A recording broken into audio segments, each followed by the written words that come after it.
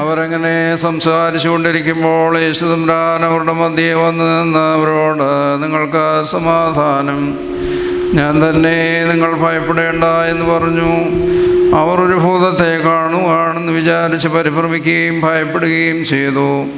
യേശുദമ്പുരാൻ അവരോട്, നിങ്ങൾ പരിഭ്രമിക്കുകയും അസ്വസ്ഥരായി തീരുകയും ചെയ്യുന്നതുകൊണ്ട് എൻ്റെ കൈകളും കാലുകളും കണ്ട് ഇത് ഞാൻ തന്നെയാകുന്നുവെന്ന് അറിയുവീൻ. ഞാൻ തന്നെ, എന്നെ തൊട്ടു നോക്കി അറിയുവീൻ. എനിക്കുള്ളതായി നിങ്ങൾ കാണുന്ന മാംസവും അസ്ഥിയും ഭൂതത്തിനല്ലല്ലോ എന്ന് പറഞ്ഞു. അവനിങ്ങനെ പറഞ്ഞിട്ട് തൻ്റെ കൈകാലുകളെ അവരെ കാണിച്ചു.